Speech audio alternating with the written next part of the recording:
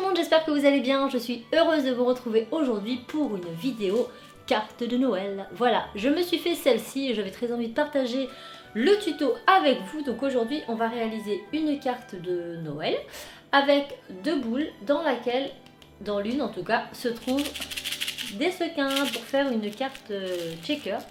Donc là, vous la voyez pas très bien. J'essaie de vous la montrer de près. Donc voilà à quoi elle ressemble. Donc ici, les petits sequins bougent à l'intérieur. Et j'espère qu'elle vous plaira. Donc j'ai principalement, je n'ai utilisé que des produits de chez Action pour faire ce tuto. Les papiers, les stickers, les tampons, etc.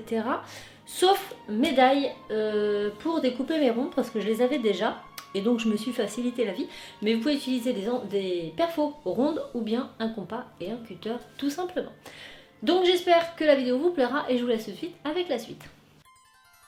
Donc tout d'abord, on va venir faire nos ronds dans notre papier, donc sur notre carte directement. Donc là, je choisis médaille et je prends des enveloppes de chez Action avec les cartes. Donc on va principalement prendre la carte et donc je vais prendre des dailles. Donc je vais mesurer ma carte, donc elle fait 13 par 13 et je vais prendre du cardstock blanc, toujours de chez Action, dans lequel je vais redécouper un carré de 13 sur 13 et c'est dans ce carré que nous allons découper nos ronds. Donc moi j'ai pris des dailles, mais vous pouvez prendre une perfo ou bien un compas et un cutter comme je vous l'ai dit précédemment. Je vous montre vite fait comment fonctionnent les dailles puisque vous êtes beaucoup à me le demander en commentaire. Donc on vient les poser sur notre papier, puis on les met entre nos plaques de notre matrice de découpe. Donc là ici c'est une Big Shot, mais il en existe plein d'autres dans différentes marques. Et on tourne et avec la compression des rouleaux, ça va venir appuyer le die sur le papier et donc le trouer dans la forme souhaitée.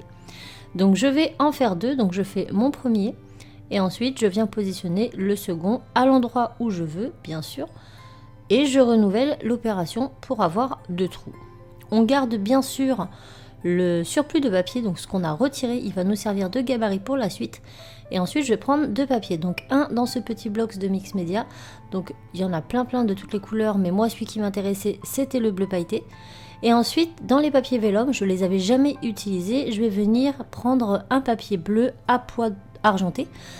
Donc vous voyez, il y en a pas mal à l'intérieur qui pourraient correspondre pour les fêtes de Noël. Mais moi je vais rester dans les tons bleus et je vais prendre celui-ci. Donc on a un côté avec des points argent et un côté avec des points blancs.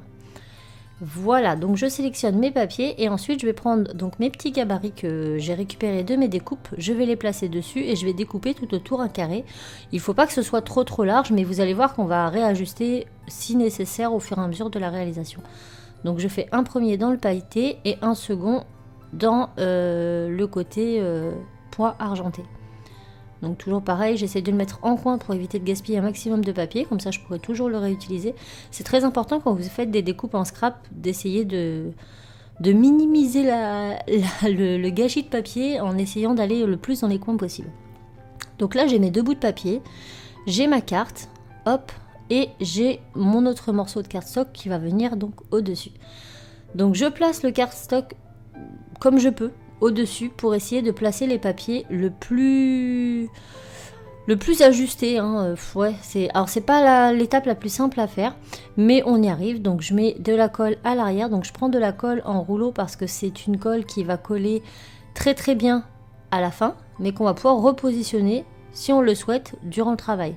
Comme ça, si on décale un peu trop le papier, pof. Donc là, j'utilise, comme vous le voyez, mon dessus avec les trous pour avoir justement un repère et savoir exactement où je vais poser mes papiers. Donc je fais pareil pour le second. J'en colle, hop, je vérifie en plaçant en dessous. Et là je vois que justement j'ai un angle qui se voit en fait à travers mes ronds. Donc je le découpe et je viens le placer donc sous mon rond, mon deuxième rond de ma deuxième boule. Et lorsque l'emplacement me convient, et c'est bon, on n'a plus qu'à appuyer et à coller définitivement. Maintenant je vais m'attaquer à mon petit message, mais avant ça on va récupérer les choses. Donc là c'est justement des dailles et des tampons de chez Action que je vais utiliser par la suite. Et on voit que les tampons sont fixés sur des petits morceaux de plastique. Alors il y en a un qui est imprimé avec les tampons et un qui n'y est pas. Donc je vais prendre celui qui n'y est pas et je vais encore une fois positionner mes gabarits dessus et découper tout autour. Et comme ça, on aura nos petits morceaux de plastique devant notre shaker. Et comme ça, eh ben, on récupère. Donc ça, vous pouvez aussi utiliser sur les boîtes de croissants, vous savez, tout ce qui est plastique comme ça. Il y a plein de morceaux de plastique qui se récupèrent et moi j'en ai une caisse pleine. À chaque fois que je trouve un plastique assez solide et transparent, je le récupère et ça me sert pour mon scrap. Donc je découpe 2 carrés qui correspondent à la taille de mes ronds. Une fois que c'est fait, je vais venir les coller autour de mes ronds et sur l'envers, bien sûr, de cette partie de carte. Donc je mets de la colle tout autour de mes ronds, hop, et je pose tout simplement mon petit carré par-dessus.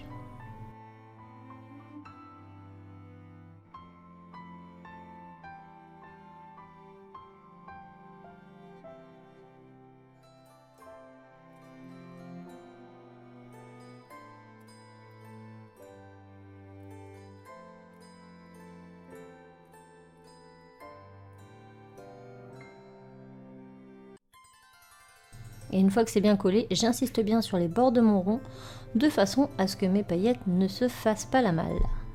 Et voilà. Une fois retourné, ça donne ça. Hop. Donc là, vous pouvez vous arrêter là. Si vous le souhaitez, vous pouvez dire, allez, hop, c'est bon, je colle ça comme ça. Mais moi, j'avais envie de compliquer un peu la chose et de vous montrer donc une étape supplémentaire, si vous le souhaitez. Donc là, pour que ce soit plus facile, je vais mettre du masking tape sur ma carte en fait de façon à ce qu'elle soit provisoirement fixée et donc comme ça je vais pouvoir la rabattre au fur et à mesure de mon travail et j'aurais dû faire ça dès la première étape, ça m'aurait moins compliqué la vie, donc vous pouvez le faire dès le début, ça sera beaucoup plus simple. Moi je le fais qu'à cette étape et comme ça vous voyez vous pouvez lever, refermer et voir où vous en êtes. Donc on passe à notre double face 3D en mousse qui se colle des deux côtés et qui va me permettre justement de faire cette superposition au niveau de ma carte, cet effet 3D dans lequel on va pouvoir y mettre justement nos sequins et nos paillettes, et ce scotch vient aussi de chez Action au passage, ainsi que le masking tape. Donc là je vais venir en mettre tout autour de sorte à réaliser un petit carré pour y mettre mes sequins, mais il ne faut pas que la mousse se voie au niveau des boules, donc placez-le bien en rabattant régulièrement le dessus pour être sûr que ça passe bien. Donc on ne voit pas tous les moments où je rabats, je vous ai coupé ça, mais à chaque fois que je pose un scotch, je rabattais pour être sûr qu'on ne le voit pas. Voilà. Donc là je vais faire un carré tout autour de mon premier carré. Je ne vais pas le faire sur le second parce que le second, de toute façon, je ne vais pas mettre de paillettes dedans. Donc vous en faites autant de fois que vous avez de carrés dans lequel vous voulez mettre des sequins. J'espère que je suis claire. Donc là je comble vraiment tous les trous parce que là il ne faut pas que les sequins passent. C'est une fois qu'ils sont mis, et sinon ça va bouger, vous aurez des sequins dans toute la carte. C'est pas le but, donc on isole bien tout ça, de façon à ce que les sequins soient placés uniquement dans ce petit carré et qu'ils ne bougent plus une fois la carte fermée.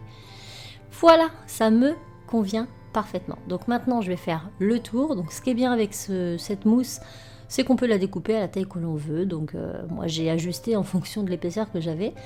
Et donc là je vais faire tout le tour, et là ce qui est très important c'est d'être le plus droit possible, de façon à ce que quand votre carte soit faite, il n'y ait pas des espèces de bouts de scotch qui ressortent.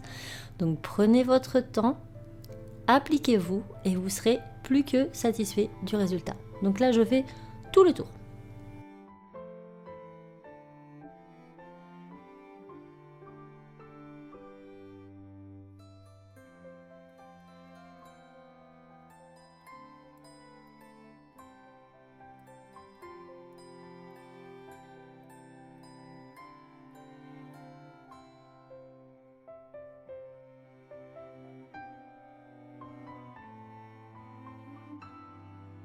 Et maintenant, je vais prendre plein de petits morceaux et je vais en mettre un petit peu partout de façon à ce que l'effet mousse soit équilibré sous toute la carte et qu'il n'y ait pas des trous à certains endroits.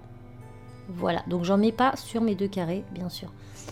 Maintenant, je vais venir reprendre le dessus de ma carte, face visible, et je vais venir dessiner ce que je veux de ma boule, donc notamment le petit fil avec le petit nœud, et moi avec mes die j'avais une espèce de démarcation tout autour, je sais pas si vous la voyez d'ici, mais ça me gênait un petit peu, donc du coup j'ai fait des fausses coutures tout autour et je trouvais ça plutôt bien, donc vous pouvez le faire aussi.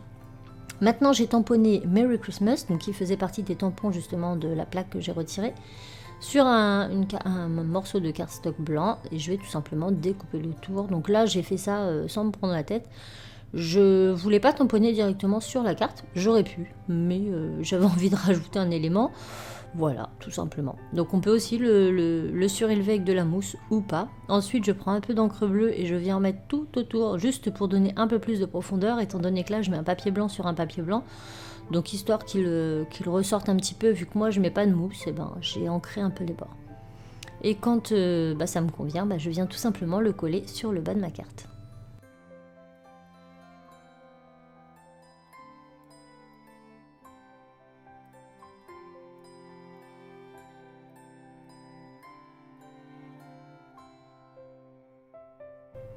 Maintenant, on va passer à l'intérieur de notre carte. Donc, je vais venir prendre mes paillettes. Donc, vous prenez tout ce que vous avez sous la main. Hein. Ça peut être des paillettes, des microbilles, des sequins, tout ce que vous voulez. Moi, j'ai pris des paillettes assez fines, mais pas trop, et d'autres très très grosses. Une de couleur jaune pétard et l'autre un peu plus doré clair. Je les mets donc dans la carte que j'ai isolée, le carré que j'ai isolé ici. Et ensuite, je retire l'opercule de tous mes scotch pour venir placer par-dessus mon dessus de carte. Et voilà ce que l'on obtient, c'est tout. Donc maintenant je vais finir de décorer ça parce que là je trouvais ça beaucoup trop fade. Donc je suis venue prendre mes stickers checker justement de chez Action que j'avais acheté il n'y a pas très longtemps et je vous avais montré dans un haul et je savais pas quoi en faire, donc je me suis dit bah voilà, ils vont servir à ça. Donc j'en prends un que j'aime beaucoup avec Rodolphe que je mets donc sur le devant de ma carte ici. Et ensuite, encore une fois, je trouvais ça trop fade. C'est souvent le cas, moi. Hein. J'aime bien quand il y en a, quand c'est chargé. Donc là, en la regardant de plus près, je me suis dit que j'allais encore ajouter des petits éléments. Et j'ai fait des espèces de traits à main levée tout autour de ma carte. Donc je m'entraîne d'abord sur une carte pour voir à peu près comment je vais m'y prendre. Donc je fais un premier test. Là, j'en fais un deuxième. Et puis quand ça me convient et que j'ai trouvé la technique, eh ben, je vais faire ça sur tout le contour de ma carte.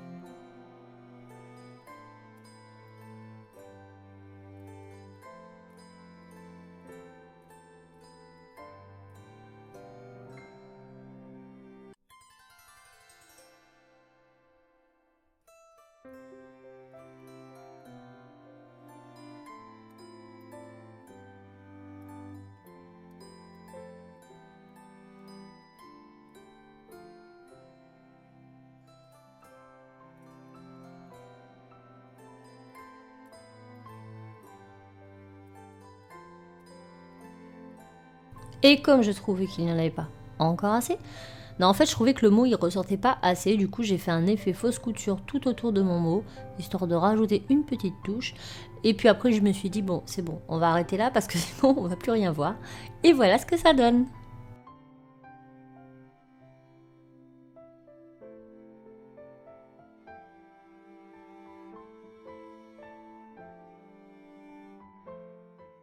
Et voilà, c'est tout pour cette vidéo, j'espère vraiment qu'elle vous aura plu. Le but de celle-ci, c'était de vous montrer qu'on n'a pas besoin d'être une pro du scrap pour réaliser des choses fait main, propres et classe à la fois. Et facile, parce qu'elle n'était pas vraiment compliquée. Donc moi, j'ai vraiment été jusqu'au bout de mes envies. Voilà, j'ai envie de griffonner et tout, j'ai laissé cours à mon imagination.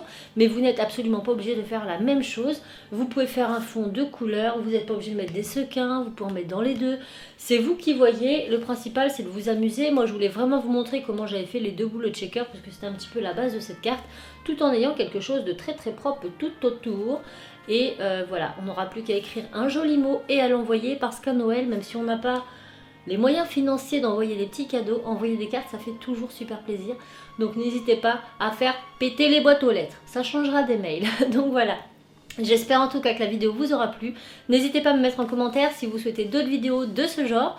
Et je me ferai un plaisir de les faire.